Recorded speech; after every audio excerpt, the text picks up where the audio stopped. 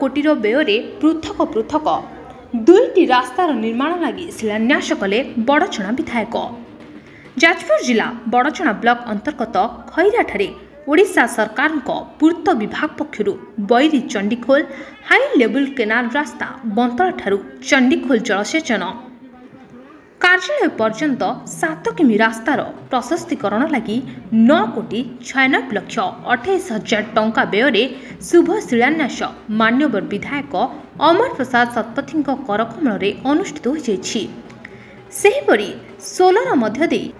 जाइथिबा छतिया कलकला रास्तारू प्राय 1.5 kilometre bypass नूतन रास्तार निर्माण लगी प्राय 1,56,00,000 टंकार व्यय बराद करा जायथिबा बेले शुभ शिलान्यास श्री शतपथी करकमल अनुष्ठित हो विशेष भाव में बड़चणार पश्चिमांचल विभिन्न कलकारखाना रही सोलर पंचायतर सरकारी उच्च विद्यालय सहित लोक माने विशेष भाव धूली धुआं पड़ुथिले। पंचायत पक्षरु दीर्घ दिन धरी एही बाईपास रास्तार निर्माण लगी दाबी होई आसुथला जहाँकि लोक माने उपकृत हेबे बोली कहिसंती श्री शतपथी। एही शिलान्यास कार्यक्रम में जिला परिषद उपाध्यक्ष गणेश्वर बराल अध्यक्षता करथिबा बेले ब्लॉक अध्यक्षा मिनती सेनापति बीजेडी सभापति अरविंद सामल आत्मा अध्यक्ष निरंजन सेनापति सोलर सरपंच विजय स्वाई